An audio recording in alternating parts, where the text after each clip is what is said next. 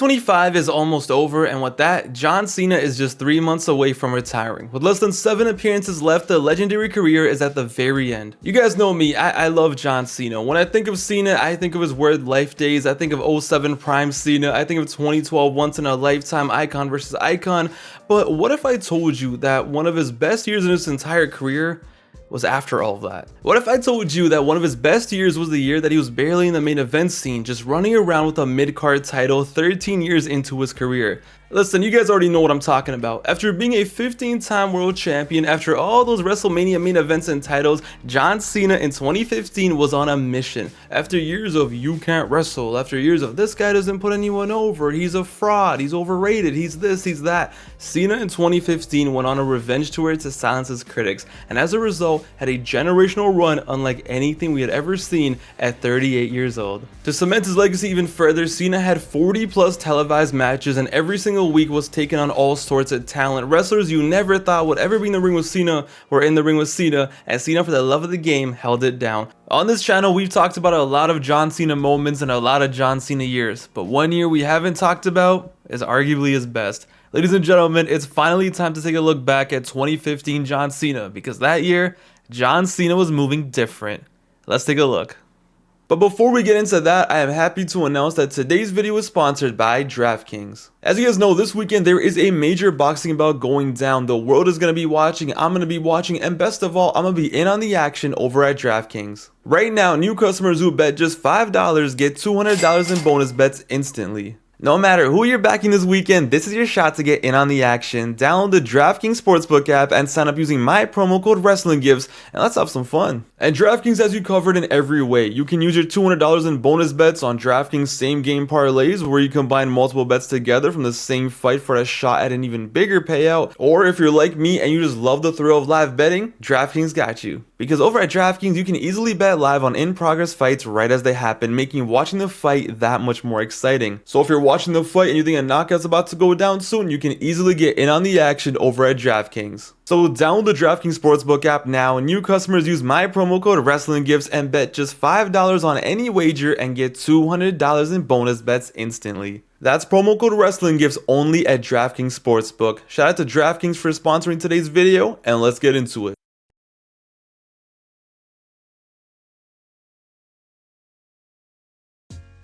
When the year began, everyone knew, whether we liked it or not, that this was going to be the year of Mr. Insufferin Succotash. He was winning the Rumble, he was getting that major push, main eventing WrestleMania, and in this man's eyes, he had just found the next Cena. And after years of carrying the company on his back, Cena probably didn't care too much. If anything, he was probably excited to have less pressure and just be able to do what he wanted to do, and that was wrestle. And as soon as 2015 started, he put the world on notice that this was going to be the year where he was just going to be straight up hooping. Cena started the year off with a classic, Royal Rumble 2015, Rollins versus Cena versus Lesnar. These three men tore the house down.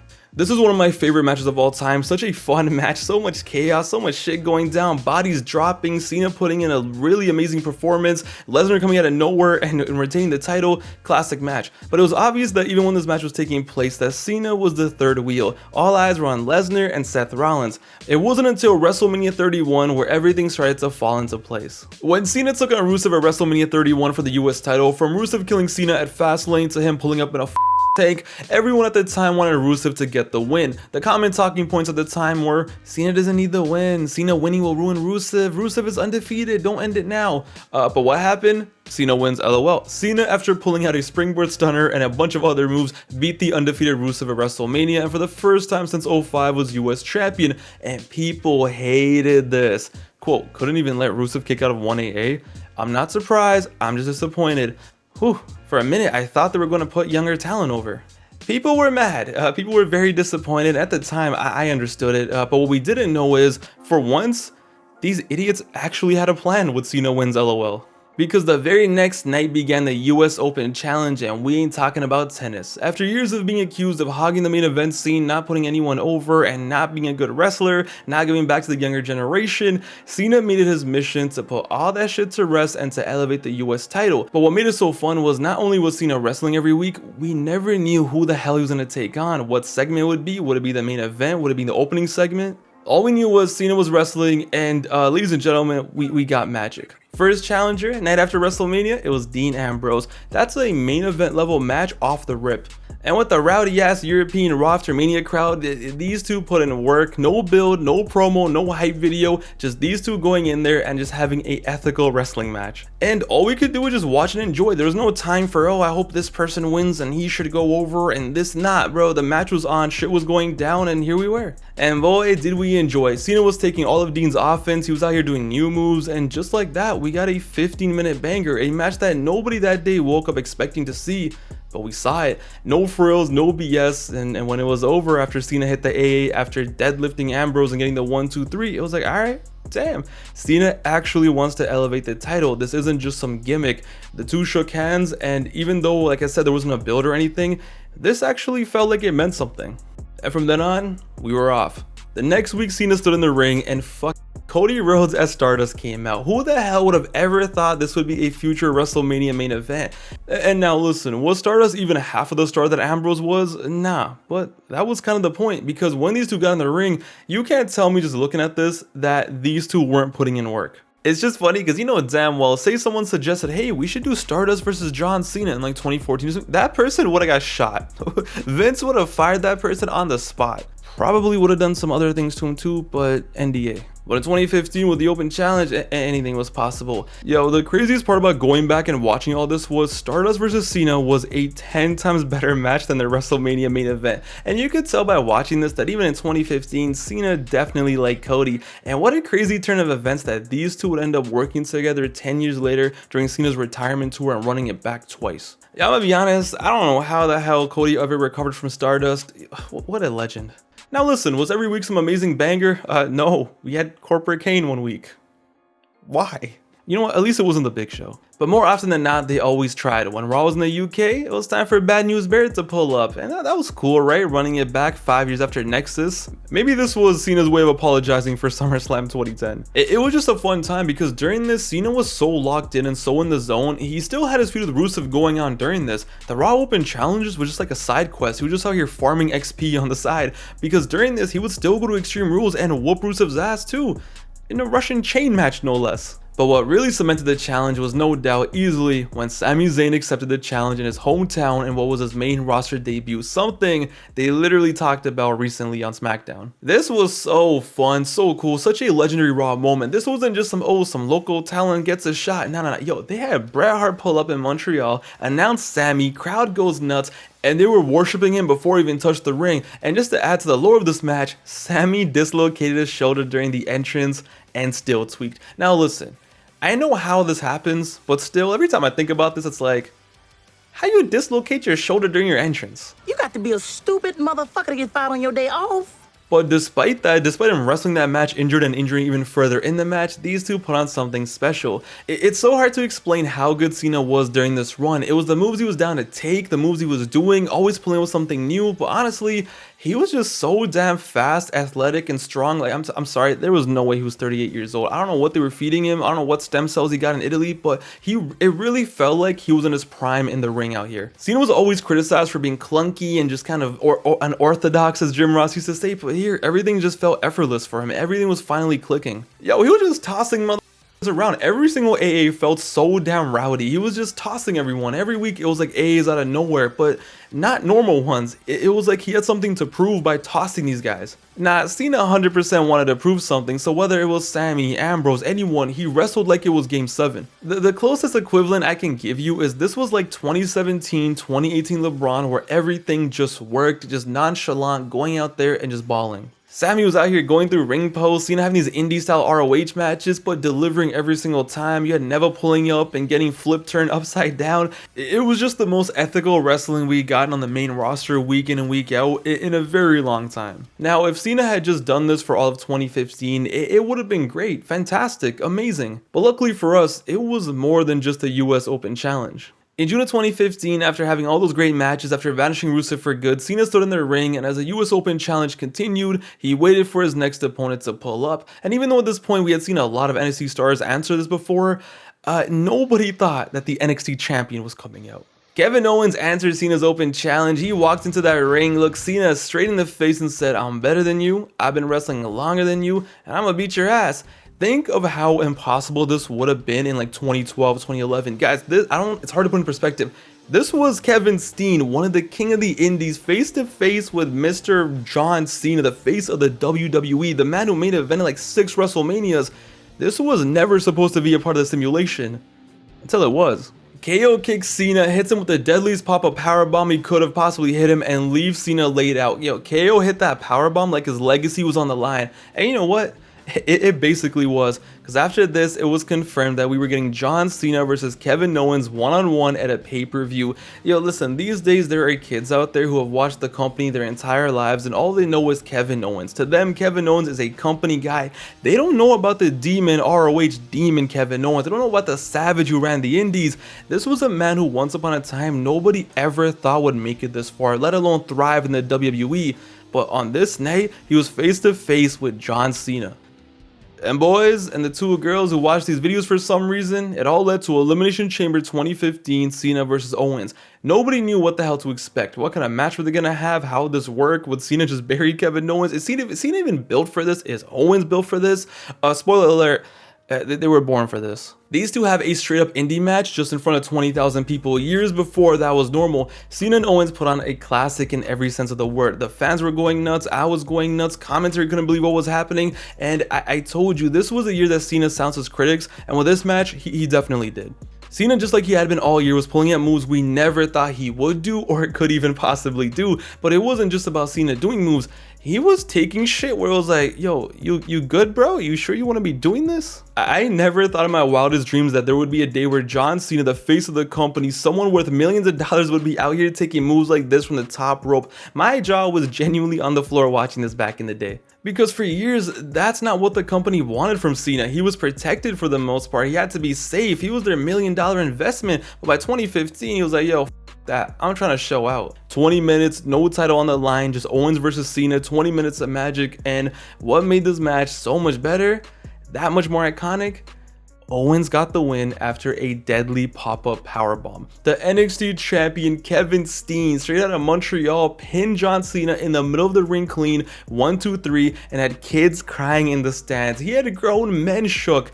I'll never forget this. This ending alone is legendary, but this entire match was just so different from anything we had ever seen Cena do. Yeah, the Punk matches were cool and all, yeah, no problem, but this was a different breed.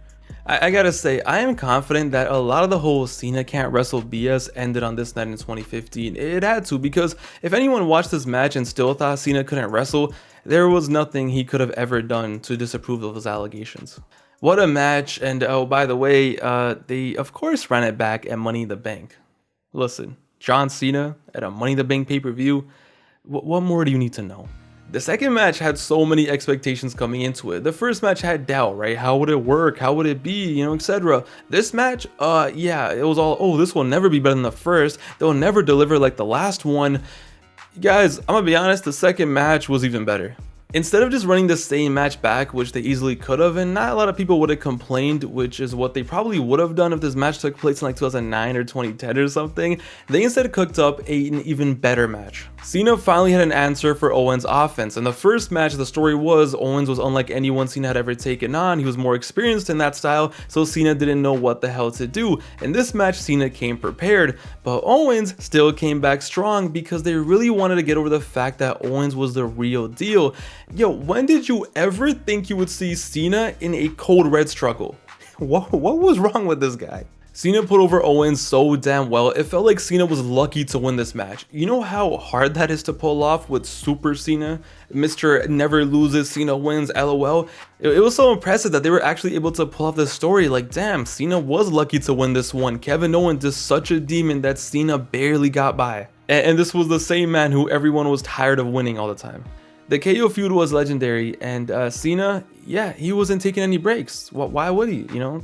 who needs breaks? Drops a classic KO. Next night on Raw, he's right back at it against Cesaro. 20 minutes of action back-to-back nights. He was wrestling like the rent was due. Cena, I assure you, I've seen your house at Total Divas. You're a rich man. Your rent was not due. That match with Cesaro is so damn good. Guys, when Cesaro hit that elbow to Cena, to see a man like Cena be in the air like that, it made no sense. That Cesaro elbow was like a Mortal Kombat fatality. John Cena was in the air like that bird from Flappy Bird.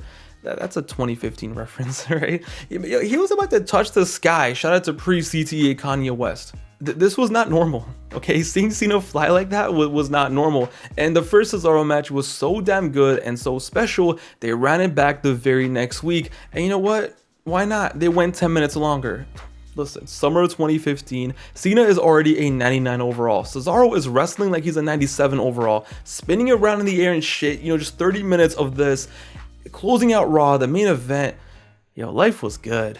I mean, yo, you don't believe me? You don't look at the crowd. Look at this homie. This homie was feeling this shit in his bones. Respect. The more I watched this, the more I was like, damn, this was definitely John Cena's in-ring prime. Okay, I know 07 Cena had more aura, he had more swagger, he was having great matches, but when did Cena ever look better in the ring than this? By July 2015, Cena had an insane resume for the year. 3 matches with KO on pay-per-view, 2 that were classics, 3 matches with Rusev, all that were solid, a classic triple threat to open the year, but most importantly, he had like 10 matches on Monday Night Raw that made Monday Night Raw worth watching. And he was giving a platform to wrestlers who otherwise would have never been in that position. If Cena stopped in 2015 July, it dropped the title, took the rest of the year off, he still would have been goated. But nah, he didn't stop there. Why would he stop there? Because then it was time for the Seth Rollins feud. On the last Raw in July, Seth Rollins shocked the world and accepted Cena's open challenge. The main event of Raw was going to be champion versus champion, and I remember being so hesitant to be excited for this. I was like, alright, listen, they're going to have a 5-minute quickie, interferences everywhere, probably some DQ ending to set up the SummerSlam match. That doesn't work for 2015 Cena, brother. Rollins and Cena went at it for a solid 15 minutes to close out Raw, and I swear to you, they did not hold back whatsoever. This was a pay-per-view match in every sense of the word. Crowd loved it, Rollins was on one, Cena was on one, and what made it even better was Rollins kneed Cena right in the face and broke his damn nose live on television. No tape delay, nothing. Cena was laying on the mat, bleeding from his nose all dislocated. Yo, we already know. Cena did not care. Cena said, screw the referee, screw the break. He jumped on Rollins like he was an animal pouncing, and the match didn't miss a beat. You had the GOAT bleeding, face all fucked up, and you had the YG doing shit like this. The fans were jumping around like this is the most amazing match we'd ever seen. It was Monday Night Raw, July 2015. Well, what a time it was to be alive. Cena got the win clean, no DQ, nothing, just a happy ending, and it was such a fun night. And I'll never forget seeing this image on Twitter later that night, seeing Cena's face all dislocated and just being shook like, damn, this guy wrestled after that? This guy's a cyborg. He no-sold this and finished that match and sent the crowd home happy. And I was like, damn, that's my GOAT. All for the love of the game. Please tell me one person who in their 13th year plus was moving like Cena in 2015. Please tell me. But yeah, this all led to Cena versus Rollins at SummerSlam in a winner-take-all match. And to the surprise of no one, they delivered. You had white attire Rollins, Cena on pay-per-view, titles on the line. We knew it was going to be special. But what was so fun about this was for months we saw Cena pulling out AAs out of nowhere, especially with the whole grabbing in midair and rolling through thing. Cena was doing this to everyone, and in every single match he was dropping bodies doing his thing. But on this night, you know, he wanted to put over Rollins heavy. He wanted the world to know that Rollins was that guy. So he wanted to bless Rollins. So when he did the whole catching the crossbody in midair thing and rolling through, he couldn't land the AA. But you know who was able to land it? Seth Rollins. Seth Rollins rolled through with the AA and gave Cena a taste of his own medicine. This was insane to watch. This was one of the biggest WTF moments of this entire run. What a way to put someone over. Have them do your Superman ability to you. Something you've been doing to every single person on the roster. This guy does to you. After this, I was like, all right, Rollins, you got it. You got it. Rollins in this match was everywhere, spinning around in the air and shit like a fidget spinner. Those were popping in 2015, right? The lights were on bright and these two delivered. And after 5 months, Cena finally lost the US title. Now, was the ending kind of BS? Yeah, definitely. It definitely was. But it was done for a reason. Cena put over Rollins huge, and Rollins walked out both US and WWE champion, ending the US Open Challenge for a bit. By this time, Cena was hurting. No doubt. I mean, how could he not? All those matches, going that hard for all those matches week in, week out, wrestling at every Raw basically, wrestling at every pay-per-view, probably was doing house shows at the same time. It all definitely took a toll on him. And that's why they took the US title off of him for a while and gave it to Rollins, to let him heal up and take it easy before ending the year off strong. And it was so cool because when they ran that match back at Night of Champions for the US title once again, because after all the work that Cena put in all year, Night of Champions felt like it was like 2005 or something. When Cena walked in for that match, that crowd adored him, that crowd loved him, that crowd worshipped him, and you can even see in this clip, even Cena was kind of shook, like, damn, I haven't had this reaction in a minute. And I think a lot of it was just because of everything he did that year. I guarantee you that by September of 2015, there were a lot less Cena haters than there were in the beginning of 2015. And here, it all came full circle. Just like Cena reversing a buckle bomb into a Hurricane Rana was also a full circle. More like half circle. But this match was great, and Cena won the US title one last time. And as the year was coming to a close, so was the US Open Challenge. Cena did his best to deliver in every match. Even like the most random matches that on the surface looked whatever, they still were pretty solid. Wrestlers who otherwise would have never gotten the Cena match got the Cena match. But sadly, his body was getting cooked and his time was slowly coming up. And sadly, the US Open Challenge and the 2015 Cena run was forced to end before it should have. It came out that Cena in October was dealing with major injury issues. His nose was still messed up from the knee, his neck was messed up, his body was breaking down, and honestly, it made sense. Look what he did for the company and the fans in 2015. He left it all out there. He was having matches that nobody thought he could ever have, taking bumps he never took before, and by October, it was time for Cena to call it a year. But when news like that drops out of nowhere, that's when things fall apart.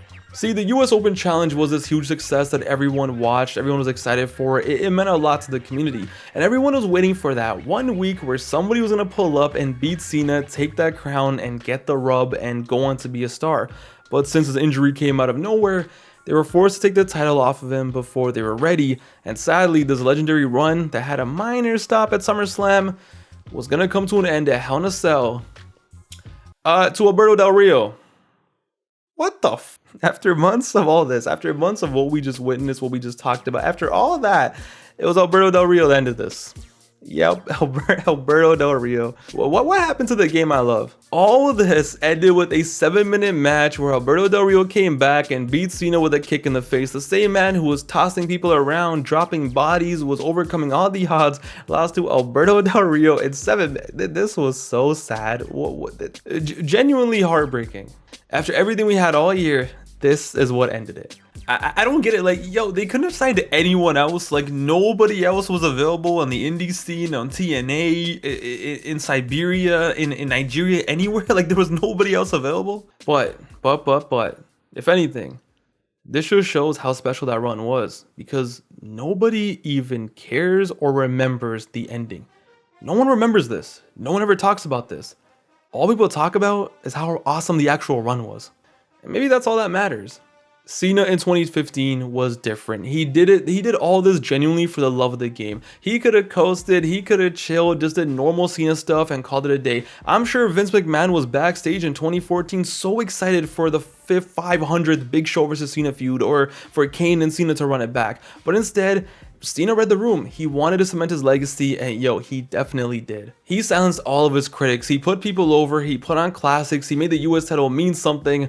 Then they gave it to Alberto Del Rio. But he wrestled, and people might say, oh, he only put over Rollins or Owens. He didn't put over anybody else. Bro, name me one other Stardust match from 2015. Just because he won the matches doesn't mean he didn't put people over. I know damn well that this made me look at Sami Zayn in a totally different way after that match. He carried Raw every single week and made that US title feel like a world title. He spent over 4 hours wrestling on Monday Night Raw at age 38, and he missed like 3 months of the year. Truly a generational run. I'll say it again, 07 Cena might have had more aura, world title matches and all, WrestleMania main events, I get it. But I don't think Cena was ever better in the ring than he was in 2015. In the comments down below, let me know, what was your favorite Cena match from 2015? What was the one match, it doesn't have to be the best, but what was the one match that you remember fondly watching that was like, you were like, damn, this is fun? Let me know down below. It's your boy Pav, aka Wrestling Gifts. Hope you guys enjoyed the pretty long video. Thank you guys for the support and the love. Don't worry, I got a lot of content ready. I promise, I'm not lying this time. I genuinely have a lot of content ready. Can't wait to drop it. Hope you guys enjoyed. I will see you guys later. Until then though, take it easy and stay safe out there, guys. Later.